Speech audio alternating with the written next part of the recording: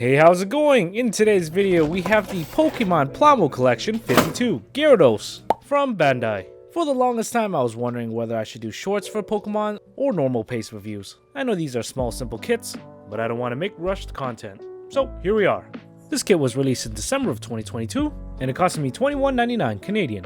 Here we got the box art, pretty much the model kit itself. It's a small kit and very easy to build, only coming with 5 runners. The parts pretty much just pop off the runners, though I don't recommend this because you could leave some bad nut marks. And yes, this kit does come with a small stand. So here's Gyarados, complete straight build. I did not panel line it, and it looks pretty good, though a little bit on the small side.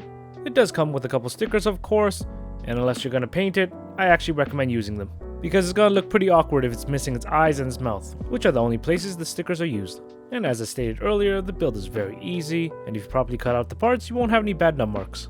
Overall appearance is pretty positive. The colored part separation looks very nice. I'm happy they didn't use stickers for those yellow parts, and the whole design and details is the equivalent of what you see in the anime and the games. With the only issue I have is that the kit is short for what I suspect Gyarados would be. But I digress, let's move on to articulation, starting with the most important part, the whiskers, which are on a ball joint allowing it to 360 rotate and can fall off if you do too much, though it's easy to reattach. Now, unfortunately, the whole head unit doesn't actually move, only the neck here, which can 360 rotate and move up and down. As you can see, these Pokemon kits unfortunately have very limited range of motion. Just gonna make this short, the next 3 segments of Gyarados' body could do the exact same thing. They got all 360 rotate and they can move up and down. And lastly, the tip of the tail could 360 rotate. The kit is very simple, so you can expect that the articulation is very limited. And that means unfortunately you only have one way of posing it. But at least it comes with its own stand that slides right in the middle section of its body. It's a good thing Bandai included this because there was no way in hell Gyarados was going to stand by itself. And that's its only extra that it comes with. So let's shake it.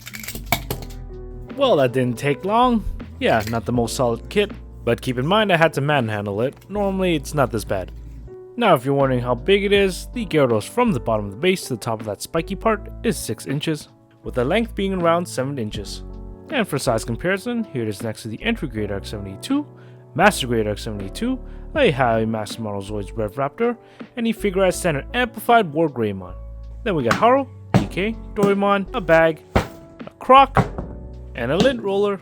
As for shelf presence, here it is next to the LBX kits. They're around similar size, so it doesn't take up much real estate. And that's done for the review. I know, short video, but these kits are very simple. I would highly recommend them for beginners. They're a very easy build, and it's pretty much a perfect iteration in model kit form. Though it does lack a bit of articulation, I also think it should be a couple dollars cheaper. And it may have failed my shake test, it's not that bad of a kit. Keep in mind it's simple engineered for children. Or in my case, a 30-year-old that still loves Pokemon. Just be happy we even have Pokemon model kits. Hey, thanks for watching my video. I hope you like it. I enjoy making it. I know it's a short video, but I didn't want to convert it into a short just because I think that's lazy. So you can expect that future Pokemon videos will be equally as short. Thanks again for watching. I really appreciate the support. Take care. Bye.